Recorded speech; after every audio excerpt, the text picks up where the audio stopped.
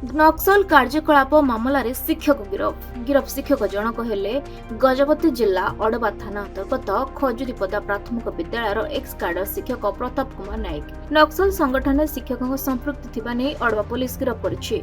पूर्व विभिन्न नक्सल हिंसाकांड सामिल थिले प्रताप नायक। नक्सल हिंसाकांड में जड़ित थिबा नै 2011 अड़बा थाना केस नंबर 115/11 मामला रही।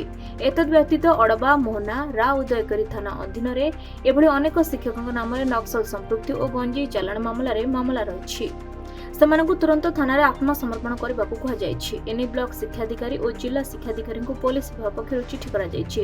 जदि सेमाने आत्मसमर्पण न करंती तेबे सेमाने जेउठारे थिले भी सेमानकु गिरफ कराजिबो बोली गजपति एसपी कहिसंती।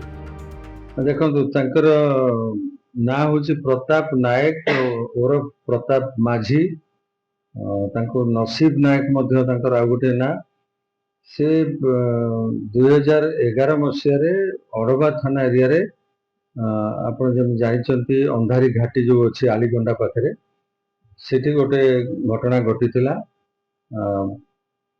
पुणी 2013 मसीह आ गोटे घटना मोहनार भालियापड़ा ठारे घटी ये दुईटी घटना रे तांकर माओ संपृक्ति थिला जो ना से समय रे अड़बा थाना रे गोटे एवं मोहना थाना रे गोटे दुईटी केस होता।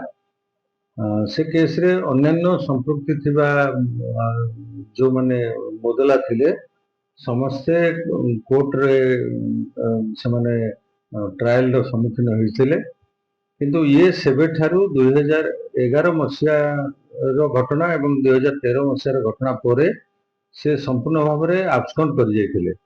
तांको नारे कोर्ट एनबीडब्ल्यू इश्यू करथिले एवं सेबे ठारू हमर तांको ऊपर नजर थिला। किंतु जेहेतु से निज ग्राम रे रहु नथिले तांको दीर्घ दिन धरी पुलिस खोजा खोजी करी पाउ नथिले। गजपति हेमंत प्रधान को रिपोर्ट खबर ओडिशा।